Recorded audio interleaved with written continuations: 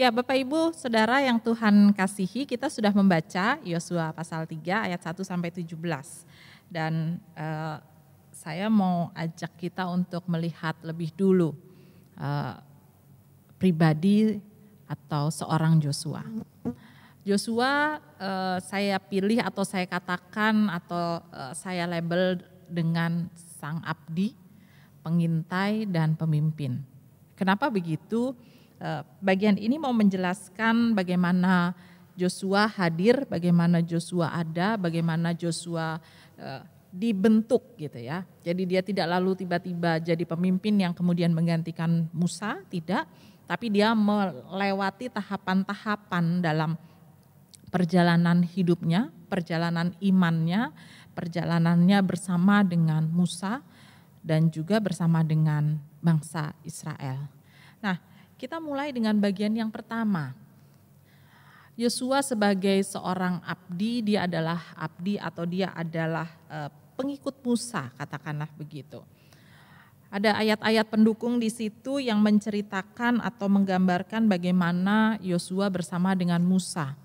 Bagaimana Yosua diperintahkan oleh Musa untuk melakukan banyak-banyak hal gitu ya. Di Kejadian 17 ayat 9 sampai 10 itu diminta berperang melawan orang Amalek. Lalu apa yang dilakukan Musa? Musa tidak ikut berperang, tapi Musa pergi ke puncak bukit dan dia ada di sana untuk melihat dan dia memberikan dukungan sehingga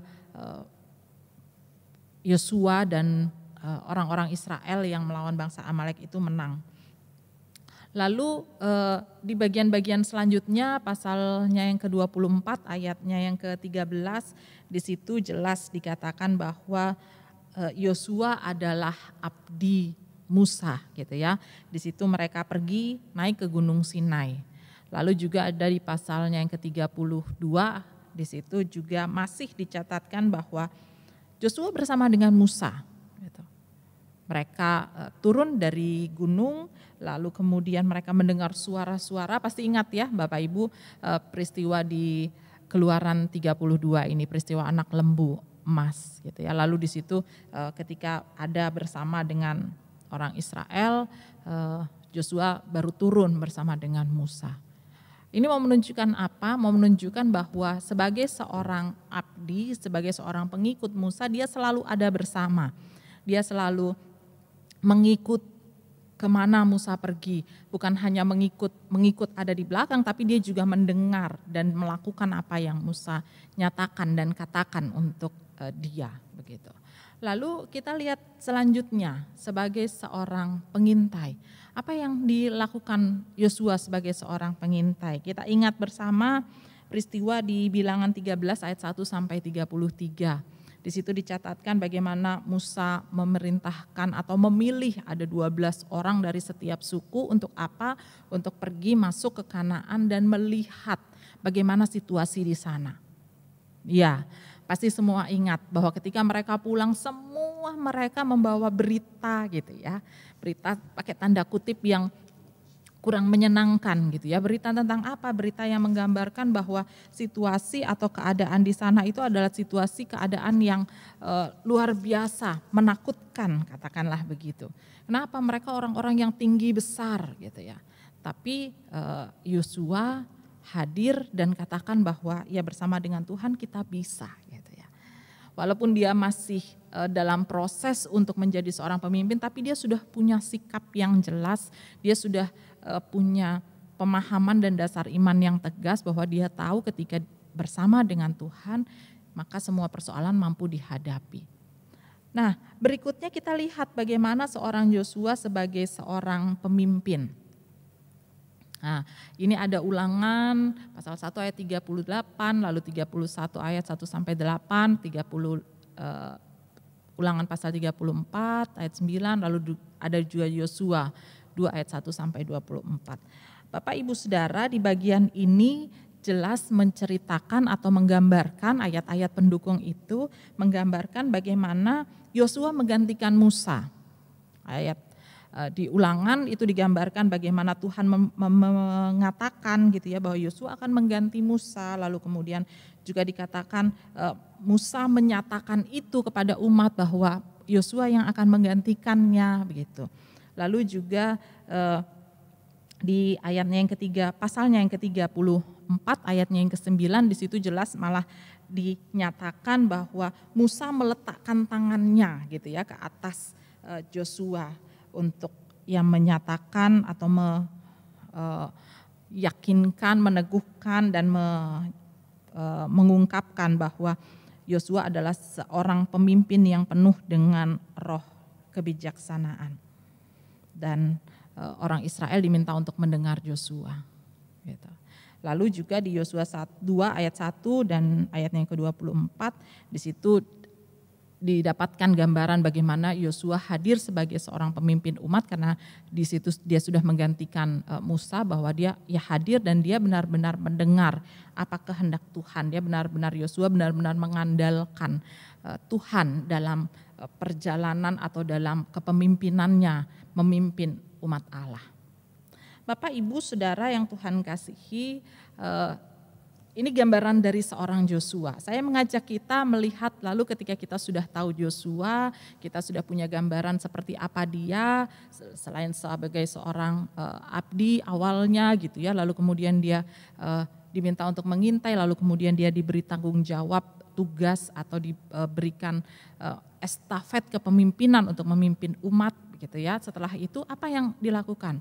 Nah, bagian yang menjadi bacaan kita adalah Yosua menyeberang gitu ya, memimpin umat untuk menyeberangi Sungai Yordan. Tujuan utamanya adalah masuk ke Yeriko. Gitu. Nah, berikut kita akan sama-sama lihat. Nah, Bapak Ibu Saudara, ini kota atau benteng Yeriko gitu ya. Bentengnya sangat kuat, kokoh, tinggi gitu ya. Lalu nah, ini gambaran yang lebih lebih dekat dengan situasinya. Jadi kalau Bapak Ibu lihat di depannya ini bagian depan itu dia ada semacam penyanggah begitu ya. Kalau di gambar itu ditulis outer, saya nggak terlalu kelihatan ke situ. Outer retaining wall gitu ya. Jadi dia penyanggah bagian luar dari wall itu benteng itu ya, dinding itu gitu. Jadi dia ada penyanggahnya, lalu kemudian ada dinding tingginya gitu. Lalu ada bagian luar dari benteng atau di situ dipakai istilah wall gitu ya. Lalu ada bagian dalamnya di situ ada lagi gitu. Jadi dia nggak cuman satu keliling benteng gitu, tapi dia ada bertingkat, ada benteng bagian luar, lalu kemudian ada yang bagian dalam. Nah, biasanya di antara bagian luar dengan bagian dalam itu tetap ada rumah-rumah atau ada orang yang tinggal, dan biasanya yang tinggal di situ lebih banyak adalah keluarga dari tentara karena memang mereka menjaga seluruh wilayah atau seluruh kota supaya tetap aman gitu ya. Mereka adalah orang-orang yang biasa maju untuk berjuang untuk menjaga wilayah atau menjaga kota atau benteng mereka. Nah, ini gambaran benteng atau benteng kota Yeriko. Nah, ini gambaran lebih jelasnya. Jadi ada semacam kayak cekungan begitu. Nah, itu memang dibuat untuk mendukung dinding yang lebih kokoh gitu. Lalu kemudian baru ada benteng kotanya gitu, dan ada rumah-rumah atau kota yang atau bisa tempat tinggal gitu ya. Lalu kemudian di atasnya ada lagi gitu. Nah, itu gambarannya gitu. Dan ini yang mau dimasuki oleh orang Israel dalam pimpinan Yosua. Ini dia. Nah, ini gambaran dari atas. Jadi Bapak Ibu lihat ya, dia ada lapisan pertama itu yang tadi gambaran luarnya gitu ya, dinding luarnya, lalu kemudian yang lapisan kedua gitu. Ini adalah lapisan yang sangat tebal, ini adalah tempat yang sangat kokoh, kota yang sangat besar gitu ya, dan kalau mau masuk ke Kanaan mereka ketemu Yeriko dulu, baru dapat kota-kota yang lainnya gitu. Itu kenapa menaklukkan Yeriko adalah satu hal yang sangat penting, karena Yeriko selain yang paling besar juga yang paling kokoh dan yang paling pertama mereka jumpai ketika mereka mau masuk ke seluruh atau menguasai seluruh wilayah Kanaan. Nah, Bapak Ibu Saudara, kita lihat bersama dalam bagian perikop yang tadi sudah Bapak Ibu Saudara baca dari Yosua pasal 3 ayat 1 sampai 17. Yosua memimpin Israel menyeberangi sungai Yordan. Jadi kita sudah dapat gambaran ya, kota yang dituju bagaimana luar biasa kota itu gitu. Lalu kita juga dapat gambaran bagaimana seorang Yosua yang tidak lalu kemudian tiba-tiba jadi pemimpin, tapi dia melewati proses yang cukup panjang. Mulai dari cuman ikut-ikut, lalu kemudian diutus untuk mengintai, lalu kemudian diteguhkan hingga mendapat berkat, katakan begitu, dari Musa.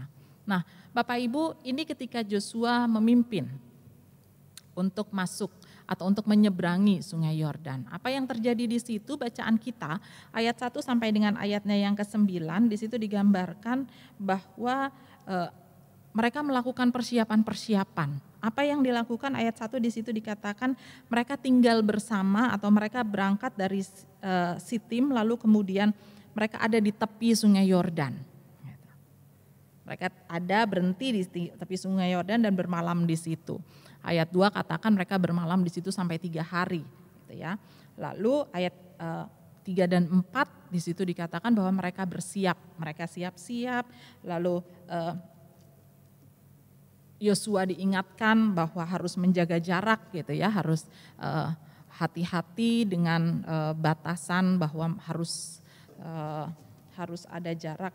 Di situ di ayat 4 dikatakan kira-kira 20.000 hasta panjangnya jarak antara Tabut dengan orang-orang Israel gitu ya. Lalu yang juga penting dalam melakukan persiapan ini adalah di ayatnya yang kelima, ketika di situ Yosua katakan bahwa kuduskanlah dirimu sebab besok Tuhan akan melakukan perbuatan yang ajaib di antara kamu.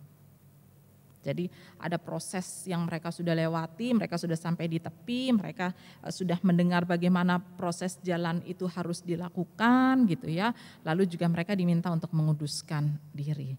Bapak Ibu Saudara yang Tuhan kasihi, bagian ini menunjukkan bahwa ada langkah-langkah atau ada bagian-bagian yang harus dibuat ketika mereka mau menyeberangi sungai Yordan. Mereka tidak lalu kemudian ya udah nyebrang aja gitu ya.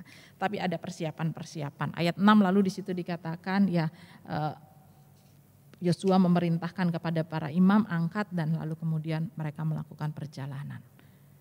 Tapi sebelumnya di situ dikatakan ada persiapan-persiapan. Bahkan ayat 5 dikatakan kuduskanlah dirimu. Gitu.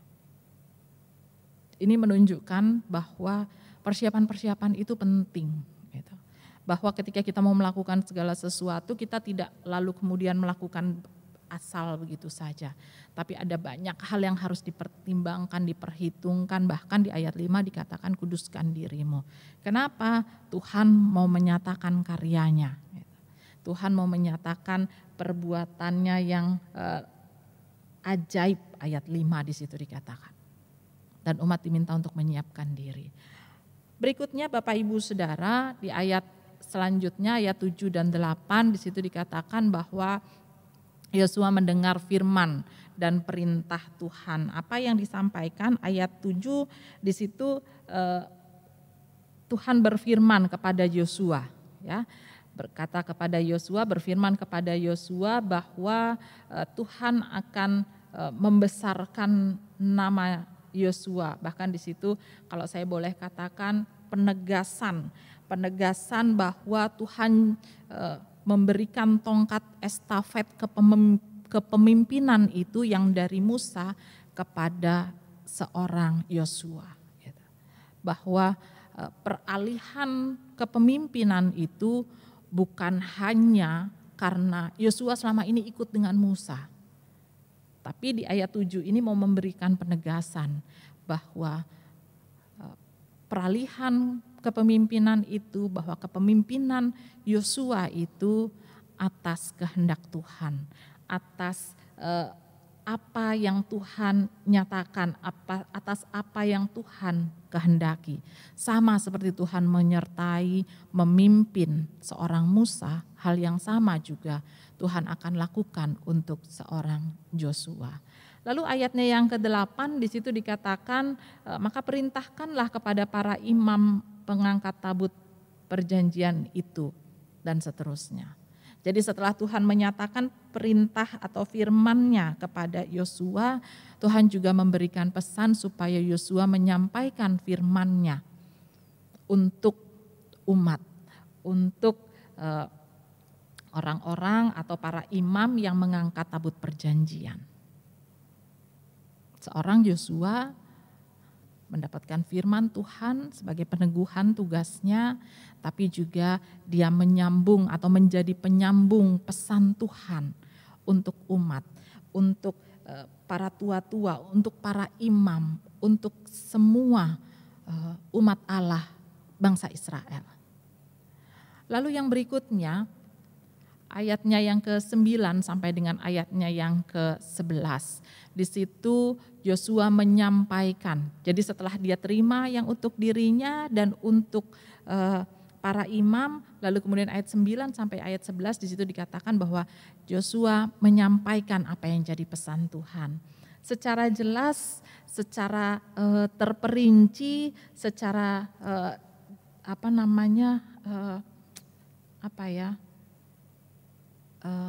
nggak dipotong-potong gitu loh, runtut gitu ya. Yosua sampaikan itu apa-apa yang harus dilakukan oleh orang Israel. Ayat 9 sampai dengan ayatnya yang ke-11 di situ tegas, di situ jelas bahwa Tuhan mau supaya umat mendengar firman-Nya. Lalu juga di situ dikatakan bahwa Tuhan meneguhkan mereka. Ayat 10 dikatakan bahwa Tuhan akan menghalau orang Kanaan, orang Het, orang Hewi, orang Feris, orang Girgasi, orang Amori, dan orang Yebus itu dari depanmu. Ini jelas karena memang tempat orang-orang itu tinggal akan menjadi milik pusaka dari umat Allah, orang Israel. Dan Tuhan tegaskan kembali melalui seorang Yosua bahwa ini yang akan Tuhan lakukan. Dan di situ juga dikatakan bahwa tabut Tuhan, ayat 11, tabut Tuhan semesta bumi akan berjalan menyeberang di depan kamu, masuk ke sungai Yordan. Jadi mereka akan menyeberangi sungai Yordan, diawali dengan tabut Tuhan. Tabut perjanjian Tuhan itu akan ada di depan. Bapak Ibu Saudara, Yosua menerima lalu dia menyampaikan. Lalu itu yang tadi dikatakan dalam ayatnya yang ke-5. Ayat 12 sampai 17.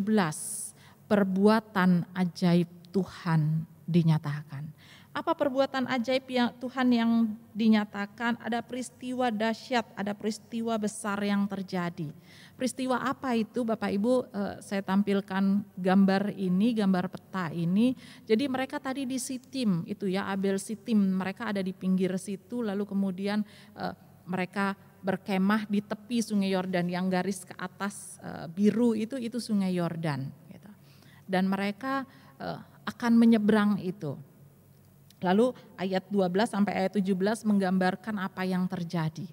Setelah mereka sudah berangkat dari Sitim, ada di tepi sungai Yordan, lalu ayatnya yang ke-12 sampai 17 itu digambarkan bahwa air yang dari atas dia naik sampai ke batas Adam. Itu ada ditulis di situ, Bapak Ibu bisa lihat di gambar, ada sampai ke Adam, lalu kemudian yang bagian bawah itu turun sampai ke di situ dikatakan laut mati atau laut Araba atau laut asin itu kalau kita juga sering kenal laut mati gitu ya. Itu turun sampai ke bawah situ. Lalu di situ juga dikatakan bahwa tabut perjanjian itu bisa lewat. Ayat 13 dikatakan air yang dari hulu turun, air yang dari atas naik gitu ya, sehingga terputus dan berhenti aliran air dan mereka menyeberang di bagian tanah yang kering. Mereka menyeberang sampai ke Gilgal. Dan mereka kemudian membangun atau membuat tenda dan berkemah di sana. Bapak, Ibu, Saudara yang Tuhan kasihi, perbuatan dahsyat atau perbuatan ajaib Tuhan lakukan lewat seorang Yosua. Peristiwa ini mengingatkan kita akan karya Tuhan yang juga Tuhan nyatakan lewat hambanya Musa ketika mereka ada dalam kejaran Fir'aun. Mereka menyeberangi Laut Teberau. Dan Tuhan nyatakan sekali lagi lewat seorang Yosua. Tuhan melakukan satu peristiwa yang untuk pertimbangan manusia itu hal yang tidak mungkin. Untuk pertimbangan manusia itu hal yang air bisa berhenti gitu ya.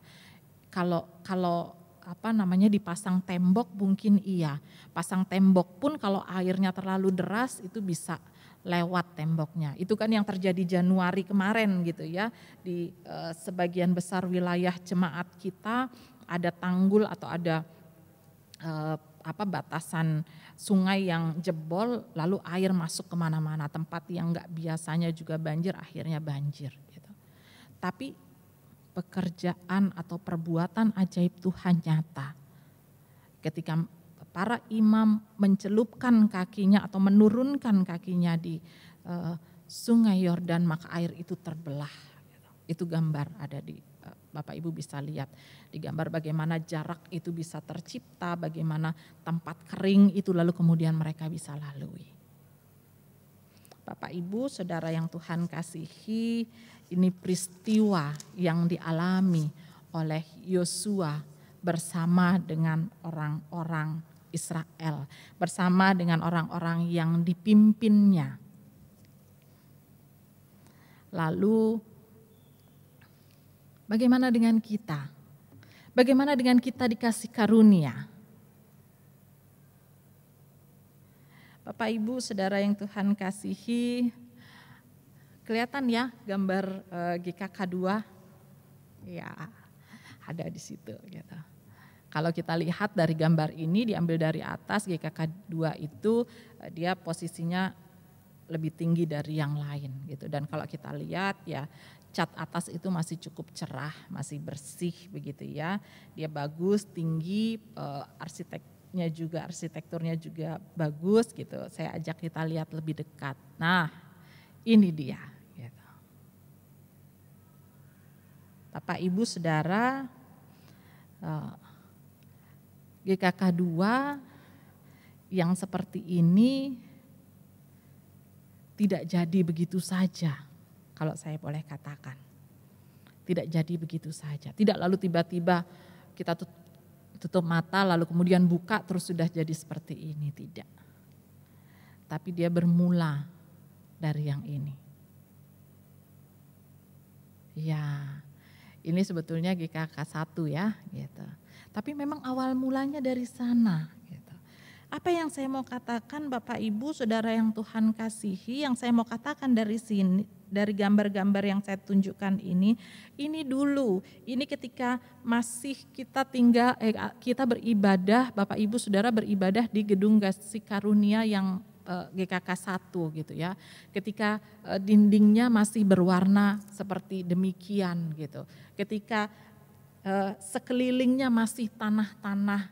Saya nggak tahu di dalamnya apakah sudah ada AC atau belum, tapi kalau dilihat dari jendelanya sepertinya belum. Mungkin kipas angin atau bahkan mungkin kipas angin juga belum ada. Gitu.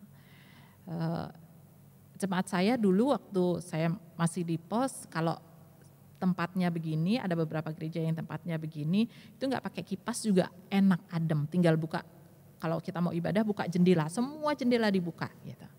Tapi memang harus hati-hati sih kalau di sana ya, karena kadang-kadang ada kambing yang masuk gitu ya. Rupanya kambingnya tetangga yang ya dilepas begitu saja, nggak diikat. Jadi ketika dia lihat rumput-rumput dia makin dekat sampai akhirnya lihat rame-rame di dalam gedung gereja dan dia masuk gitu. Tapi bukan itu yang saya mau katakan. Nah, Bapak Ibu, ini situasi awal kita, ini keadaan yang mula-mula gitu ya. Dan situasi ini GKK 1 yang seperti ini bisa muncul atau bisa jadi seperti, saya mundur lagi ya, bisa jadi seperti ini karena apa? Bapak Ibu Saudara, karena setiap kita, Bapak Ibu Saudara sekalian yang pernah ada beribadah di gedung GKK 1 ini, lalu kemudian melakukan atau mempersiapkan segala sesuatunya dengan baik. Maksudnya apa? Maksudnya masing-masing kita berpartisipasi dengan sungguh-sungguh. Maksudnya kita semua yang ada dan pernah beribadah di sana, lalu kemudian memberi hati, memberi diri, memberi apa yang kita punya untuk bisa memberi dan membangun menjadi lebih baik gedung ibadah kita. Sampailah ada GKK 2 ini. Bapak Ibu Saudara yang Tuhan kasihi,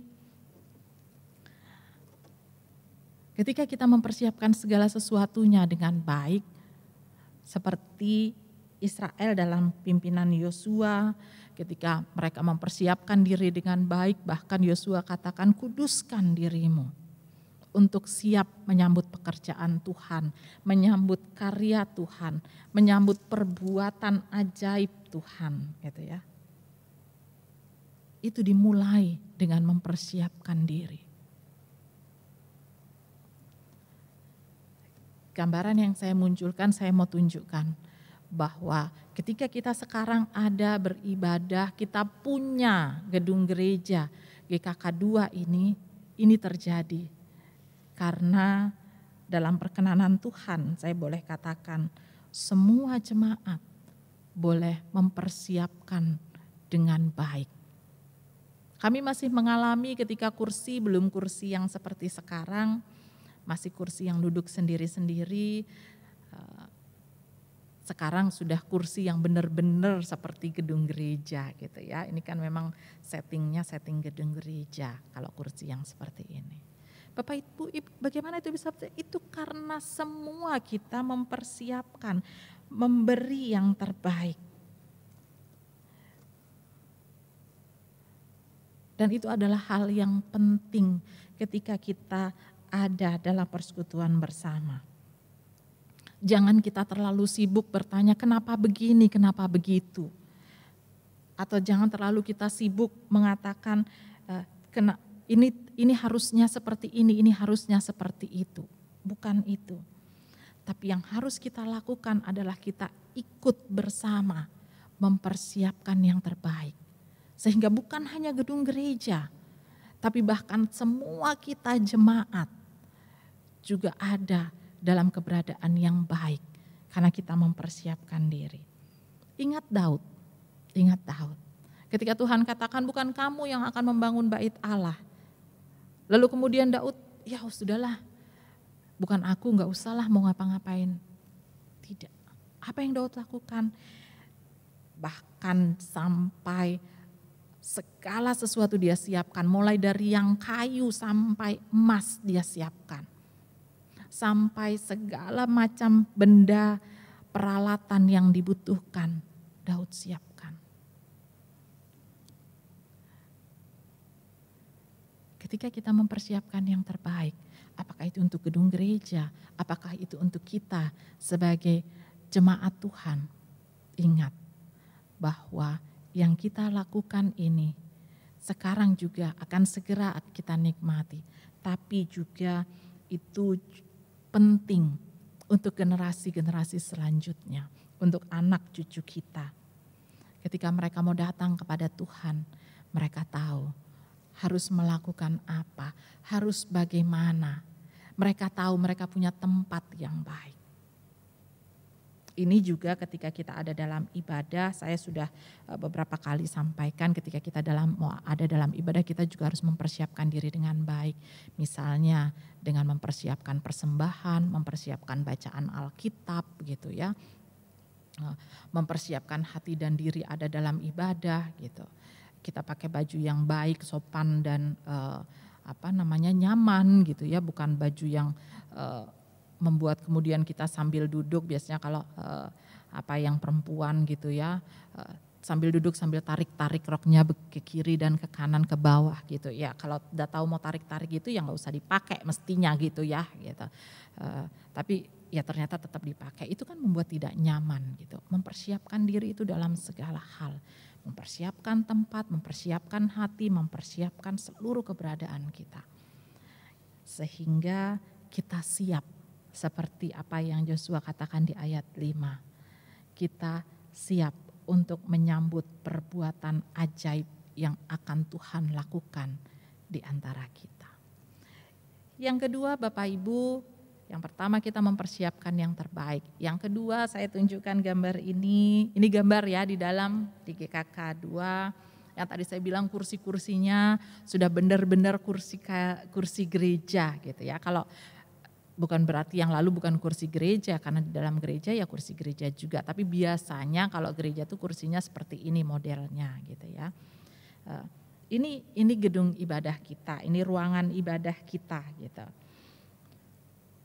Ya mungkin sebagian kita belum bisa ada di sini gitu, tapi karena situasi sekarang.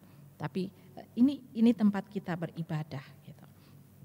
Bapak Ibu, walaupun sebagian kita belum bisa ada beribadah di dalam sini, tapi apakah lalu kemudian kita tidak beribadah?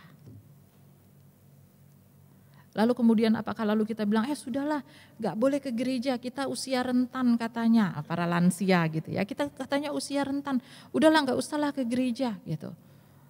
Dilarang-larang pun kita ke gereja.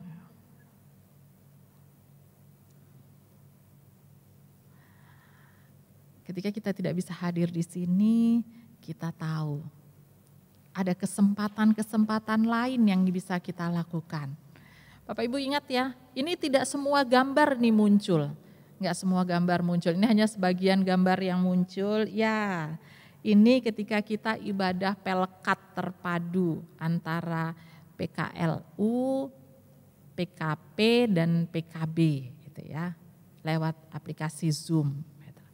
Jadi dari rumah masing-masing Bapak Ibu beribadah bersama dengan jemaat yang lain, yang juga ada di anggota PKP, PKB dan PKLU, tapi semua di rumah masing-masing. Hanya petugas-petugas ibadah yang waktu itu ada di ruang Paulus gitu. Nah, ini artinya, saya mau katakan, ini artinya ketika kita ada bersama saat ini, sebagai catatan yang kedua dari refleksi kita dari Yosua, kita mau diingatkan bahwa mungkin kita terbatas, mungkin kita sulit untuk berkumpul, mungkin kita punya banyak kendala, apakah karena usia, karena kesehatan atau karena apapun itu. Tapi yang tidak boleh hilang dari kehidupan kita, dari keberadaan kita sebagai umat Allah adalah kerinduan untuk menerima firman-Nya. Kita bisa ada dimanapun. Kita bisa ada di keadaan atau situasi apapun.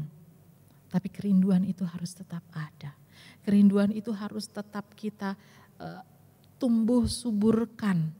Supaya mungkin tidak langsung di gereja, tapi lewat aplikasi Zoom atau lewat, sekarang ada podcast ya, PHMJ, podcast Hangat Malam Jumat. Di situ juga ada disampaikan firman Tuhan.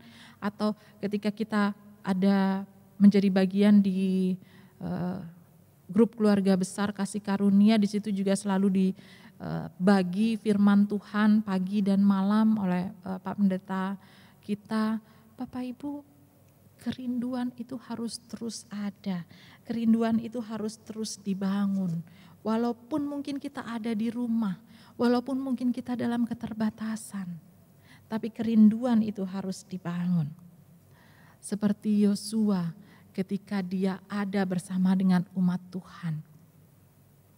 Dia bawa umat untuk mendengar firman Tuhan dengan jelas. Dia bawa umat Tuhan untuk menghayati firman Tuhan, untuk mengingat janji-janji Tuhan. Kiranya kita juga boleh menyimpan firman itu dalam hidup kita. Ingat Mazmur 119 ayat 105. Firman-Mu, ya pasti semua ingat ya, ini ayat yang sangat familiar, yang sangat biasa kita dengar.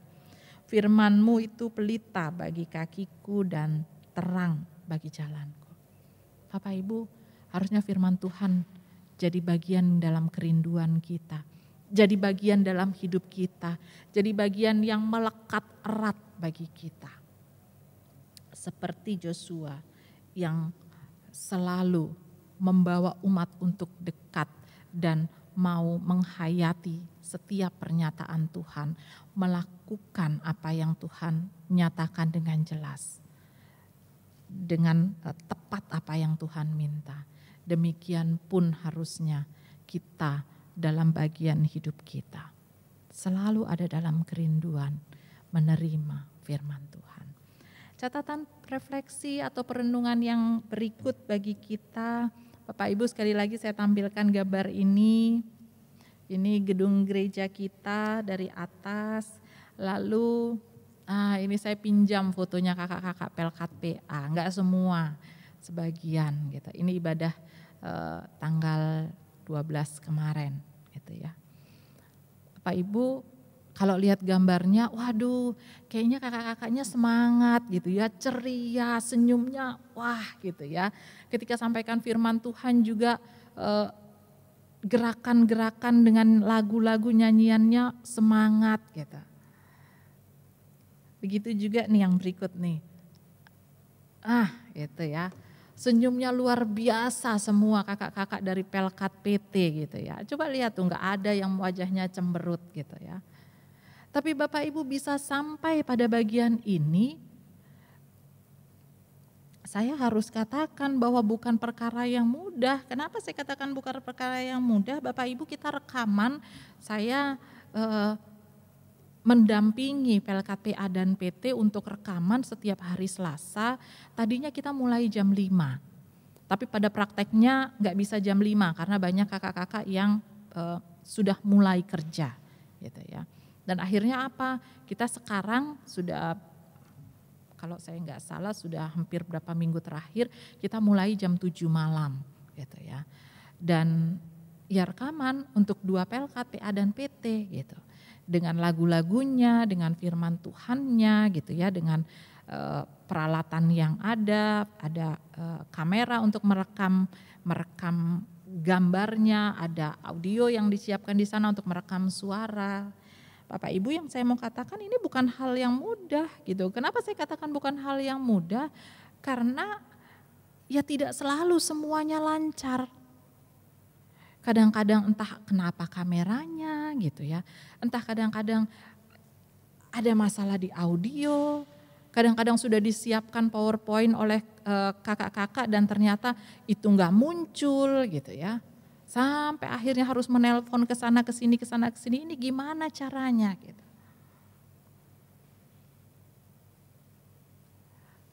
Beberapa kali kami pulang sampai larut malam, karena apa? Karena peralatan yang digunakan tidak bersahabat, kalau saya boleh pakai istilah itu gitu ya.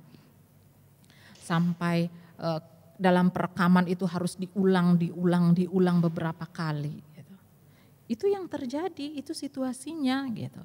Maksud saya mau katakan ini, saya mau mengajak kita untuk melihat, mungkin kita lihat di luarnya gitu ya. Kita lihat ketika itu sudah jadi, tapi di bagian belakang, behind the scene, di belakang peristiwa ini ada banyak hal yang harus diperjuangkan, diusahakan. Ada yang lain lagi yang saya mau tunjukkan. Ini tanggal 12 juga. Tanggal 12 ya, perjamuan kudus. Ya. Pagi, ini foto pagi Pak Pendeta Persang yang pimpin. Lalu setelah pimpin ibadah di gereja, beliau lanjut ke sektor 1. Sektor 1 sampai ke tempatnya Ibu Rombot di Karawaci. Jadi dari pagi beliau sudah keluar itu, terus pulang dari Karawaci itu kalau saya nggak salah sekitar jam 7 ya, jam 7-an gitu. Itu yang terjadi. Dan Bapak Ibu, ini bukan hal yang mudah. Kenapa saya katakan ini bukan hal yang mudah? Kalau Bapak Ibu ingat, saya waktu kita mau awal-awal mau mulai ibadah di dalam sini, sempat ada bikin apa itu namanya, seperti simulasi gitu ya, minta pegawai kantor dan vikaris.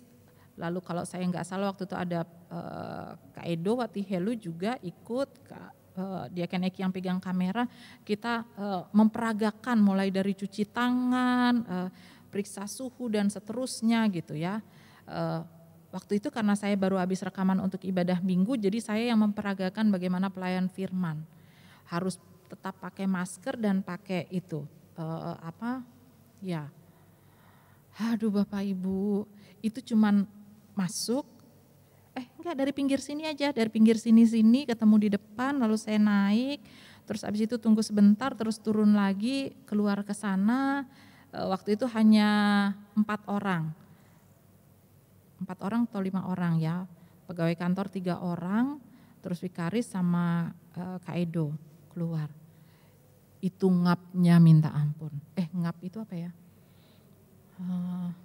Ya nggak enak, susah bernafas gitu ya. Udah pakai masker, pakai itu lagi. Aduh, minta ampun. Tapi apa yang terjadi? Karena memang menjadi bagian dari apa yang harus kita lakukan sebagai pelayan-pelayan Tuhan untuk memberitakan firman Tuhan, maka ya harus disampaikan, harus dinyatakan. Kita belajar dari Yosua, menyatakan firman Tuhan sebagaimana yang Tuhan katakan. Setiap detailnya harus berjarak antara tabut dengan umat. Harus ada batasan, tidak boleh berdiri dekat-dekat begitu ya. Itu disampaikan. Dan itu juga yang menjadi tanggung jawab pelayan-pelayan Tuhan. Untuk menyampaikan firman Tuhan seturut dengan kehendak Tuhan, walaupun dengan segala kesulitan yang ada, gitu ya. Saya dengar waktu ibadah sore pendeta Cindy yang pimpin ya, gitu. Beliau sempat lepas masker karena itu tadi bahasanya udah ngap, sambil ngomong khotbah pakai masker, pakai segala macamnya, sarung tangan dan seterusnya gitu ya. Ya tapi itu kemudian dilakukan. Kenapa? Karena menyampaikan firman Tuhan harus menjadi bagian yang kita lakukan sebagai umat Allah, terutama sebagai pelayan Tuhan. Nyatakan seperti yang Tuhan katakan. Nyatakan seperti yang Tuhan sampaikan. Ulangan 6 ayat 4-9 mengingatkan kita, tanggung jawab menyatakan firman Tuhan bukan hanya tanggung jawab pelayan ibadah, penatua, diaken, pendeta, vikaris, tapi itu juga tanggung jawab semua orang percaya, terutama orang tua. Ceritakan kepada anak-anakmu bahwa Tuhan Allah yang esa. Sampaikan ketika kamu berbaring, duduk, berdiri, pasang di dahi, di lengan, di palang pintu dan seterusnya. Bapak Ibu Saudara, catatan ini menjadi poin penting yang ketiga bagi kita. Sampaikan, nyatakan firman Tuhan seperti yang Tuhan kehendaki. Bapak Ibu Saudara yang Tuhan kasihi, dari sini mengakhiri perenungan kita, saya mau ajak kita lihat ini. Nah, ini situasi kita sekarang ya. Kita sudah sangat dan amat terbiasa dengan bahasa ini gitu ya. Ada virus yang ada di sekitar kita yang terus ada dan sekarang semakin banyak orang terinfeksi karena semakin banyak orang yang periksa supaya bisa menjaga dan seterusnya dan seterusnya. Tapi yang saya mau katakan ini situasi kita. Ini keadaan kita dan bukan hanya kita dikasih karunia, tapi kita umat manusia di dunia. Dan kalau saya boleh bahasakan Bapak Ibu, ini situasi kita Ini situasi kita. Mungkin kita ada di kapal yang kecil gitu ya. Atau mungkin kita ada di kapal yang besar. Tapi kita ada di badai yang sama. Kalau saya boleh istilahkan COVID tadi dengan badai. We are not all in the same boat. But we are all in the same storm. Badai yang sama yang kita hadapi.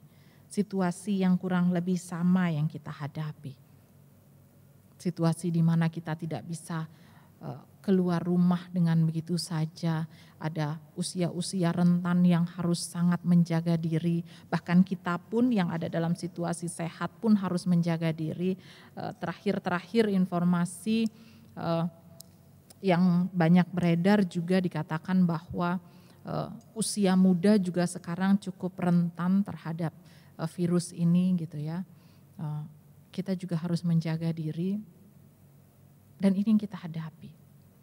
Bapak Ibu Saudara yang Tuhan kasihi, firman Tuhan dari Yosua mengingatkan kita. Apapun yang saat ini kita hadapi, badai apapun, badai COVID-19 yang kemudian membuat kita terpuruk, yang membuat kita gagal di usaha, gagal di pekerjaan, di PHK, diberhentikan, membuat kita sulit secara ekonomi, membuat kita terbatas untuk menggapai harapan, cita-cita, pekerjaan dan semua situasi apapun kita saat ini. Persiapkan diri kita dengan baik, dengan tetap rindu akan firman Tuhan. Dan tetap menyatakan firman Tuhan lewat segala karya yang kita bisa lakukan. Kenapa Bapak Ibu? Karena badai pun pasti akan berlalu. Kita tidak tahu kapan waktunya, tapi ini pun akan lewat. Dan yang harus menjadi keyakinan kita adalah kita harus yakin Tuhan yang menyertai Yosua dan bangsa Israel. Tuhan yang sama juga dengan firman-Nya akan hadir menolong kita, bersama dengan kita, memegang tangan kita untuk melewati setiap peristiwa sulit dalam hidup kita. Persiapkan hati, persiapkan diri, tetap rindu disapa oleh-Nya dan tetap lakukan tanggung jawab kita. Menceritakan kehendak Tuhan, menceritakan karya baik Tuhan bagi banyak orang. Tuhan beserta kita. Amin. Bapak Ibu Saudara yang Tuhan kasihi, kita akan merespon firman Tuhan dengan bernyanyi dari Gita Bakti 61 baitnya yang pertama dan bait yang kedua. Tuhan ajarkanlah kehendak-Mu.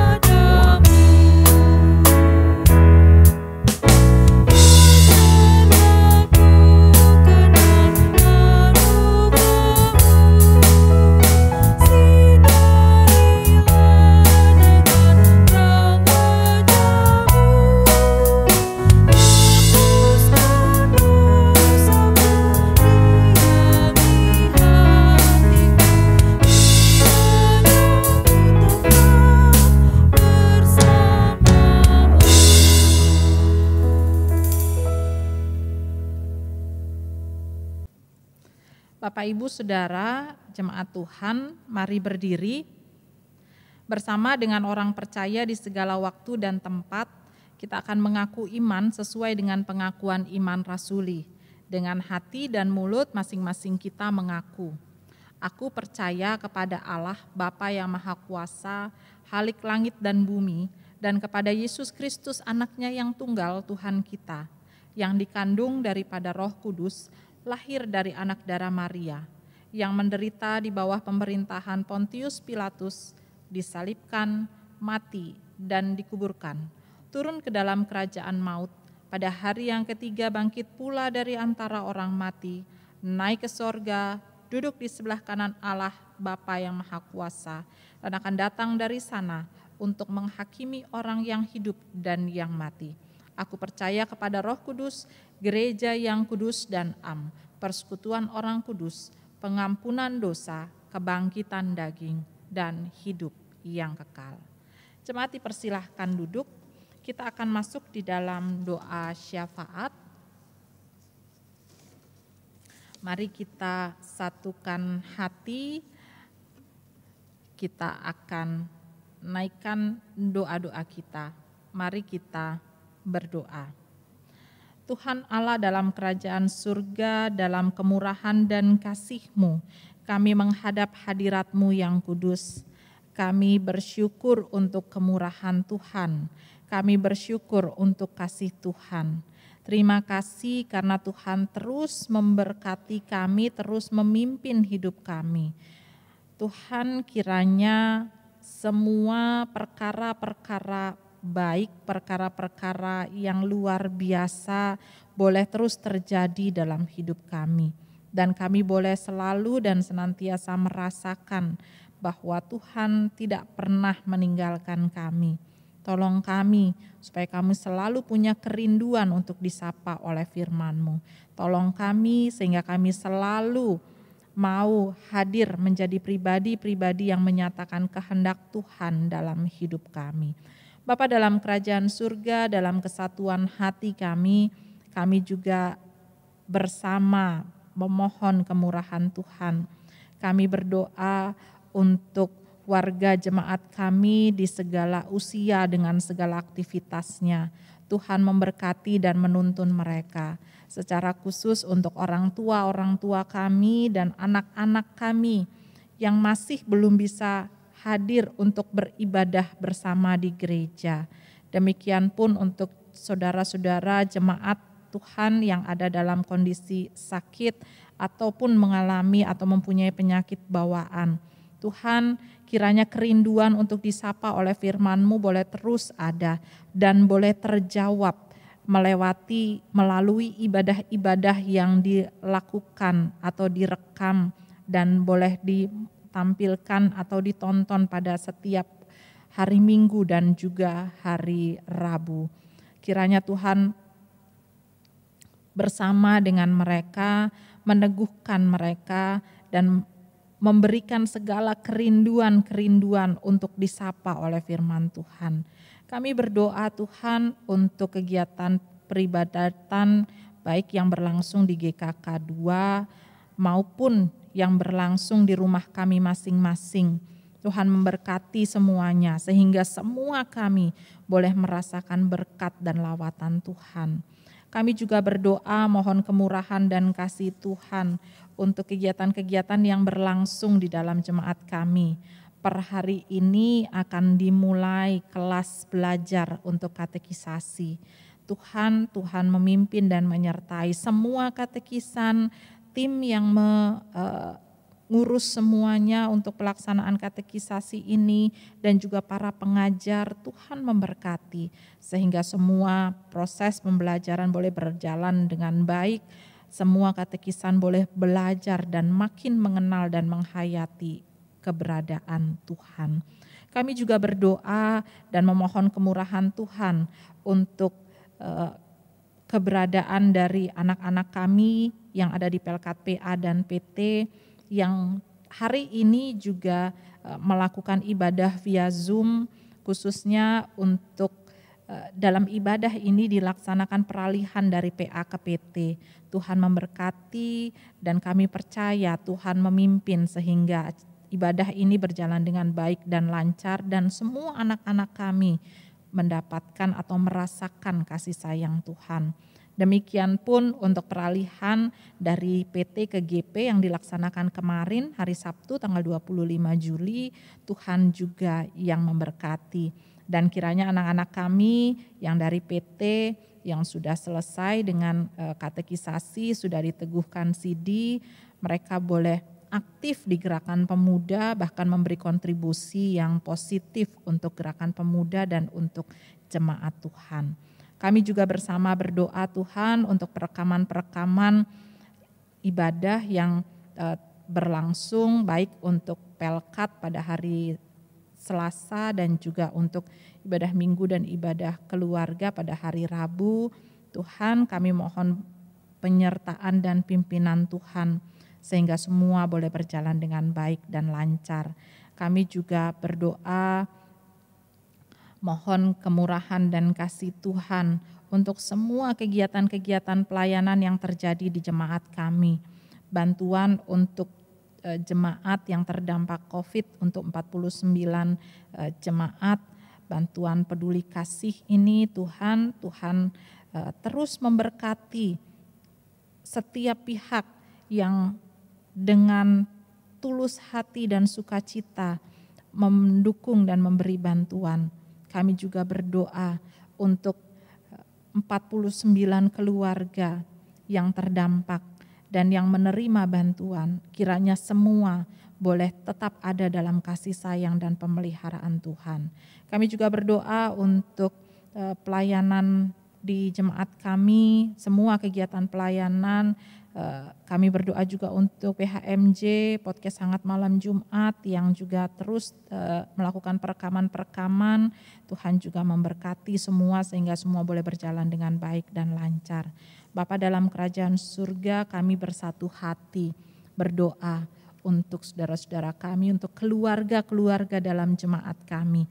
Kami berdoa untuk keluarga Tombang Manalu, untuk keluarga Zulkarnain Samosir, untuk keluarga Adi Geri Yuniker, untuk keluarga Febrianto Manuputi, untuk keluarga Joni Manuhutu, untuk keluarga Nyonya Yunike Boham, untuk keluarga Min Paulina Bakara, untuk keluarga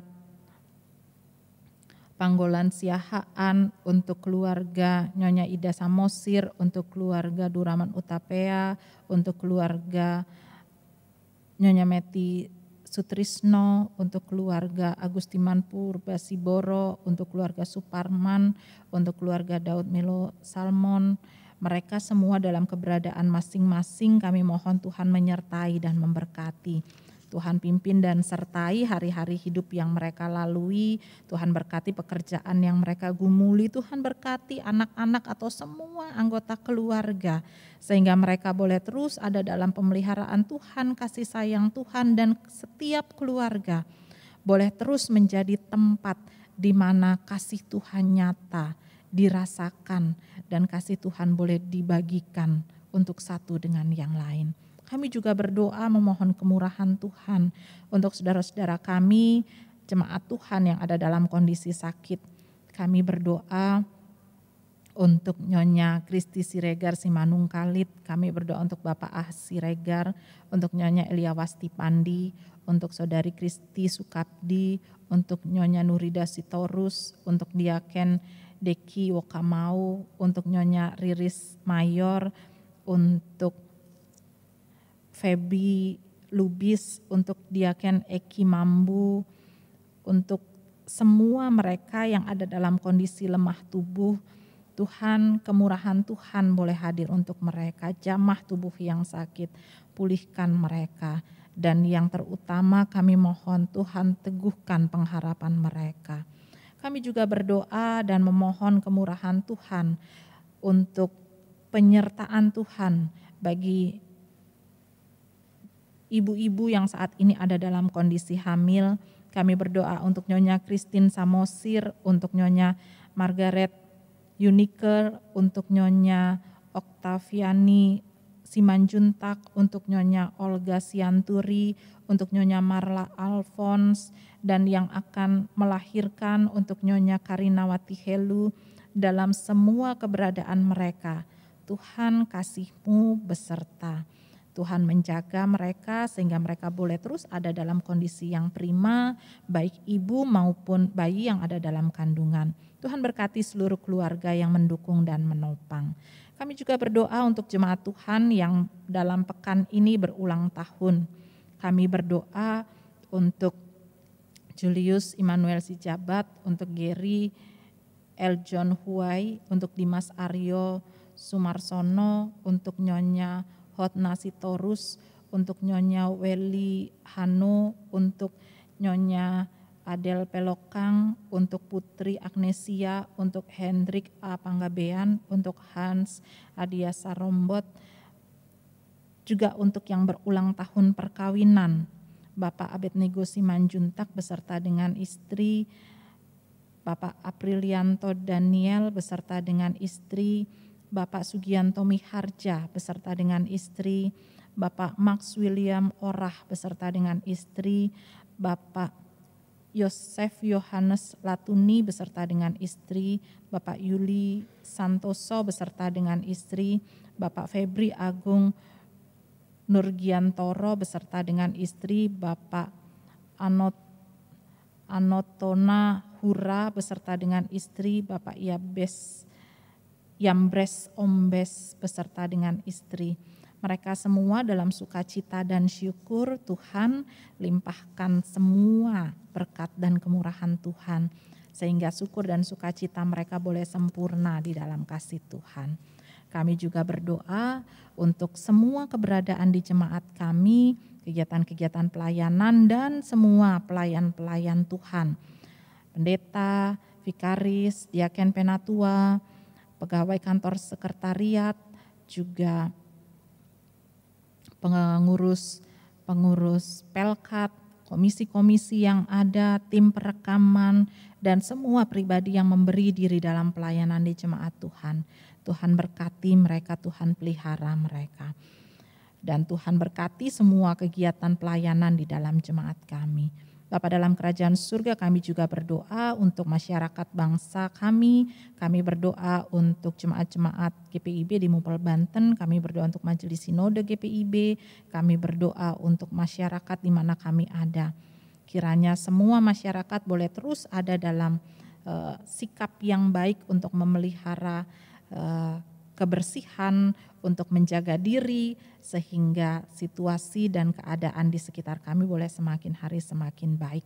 Kami juga berdoa untuk pemerintah Kota Tangerang, kami berdoa untuk pemerintah pusat, aparat TNI Polri, untuk gugus tugas penanganan penyebaran COVID-19, Tuhan kasih-Mu beserta mereka semua. Beri hikmat atas mereka, sehingga mereka boleh melakukan semua yang jadi tanggung jawab mereka dengan kesungguhan dan takut akan Tuhan. Kami juga berdoa, memohon kepada Tuhan untuk setiap doa dan permohonan kami secara pribadi. Kami bawa semua ke hadapan hadirat Tuhan. Ya Tuhan, dalam pengasihan-Mu kami mohon. Dalam kasih Tuhan Yesus Kristus yang telah mengajar kami berdoa. Bapa kami yang di surga, dikuduskanlah nama-Mu, datanglah kerajaan-Mu, jadilah kehendak-Mu di bumi seperti di sorga. Berikanlah kami pada hari ini makanan kami yang secukupnya, dan ampunilah kami akan kesalahan kami, seperti kami juga mengampuni orang yang bersalah kepada kami. Dan janganlah membawa kami ke dalam pencobaan, tetapi lepaskanlah kami daripada yang jahat.